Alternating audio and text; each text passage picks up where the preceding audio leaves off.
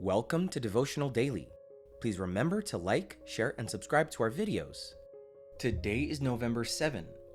Our title is Prayers of Desperation.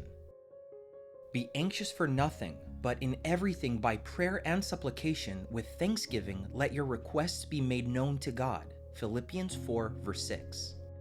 One Wednesday during a prayer meeting in a church where I was pastor, I noticed the presence of a member who rarely attended.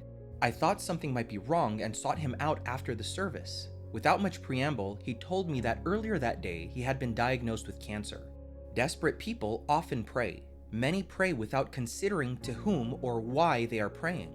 When people go through divorce, when a child goes missing, when a son is caught up in drugs, or when we receive an unfavorable diagnosis, we remember to pray. When we reach our limits, we instinctively pray like someone drowning who, in desperation, grabs onto anything nearby.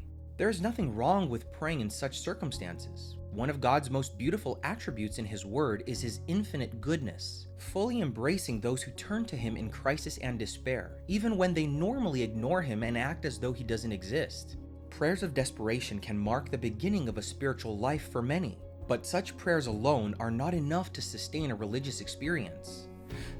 An emergency-only prayer life ultimately reveals our belief about prayer. In ordinary times, we aren't convinced it really makes a difference. Dear friend, occasional prayers do not foster intimacy with God. Develop a consistent, systematic prayer life. Connect your life with prayer. Set aside time for communion with God. Pray even when you don't feel like praying. Start by telling God precisely that you don't feel like praying.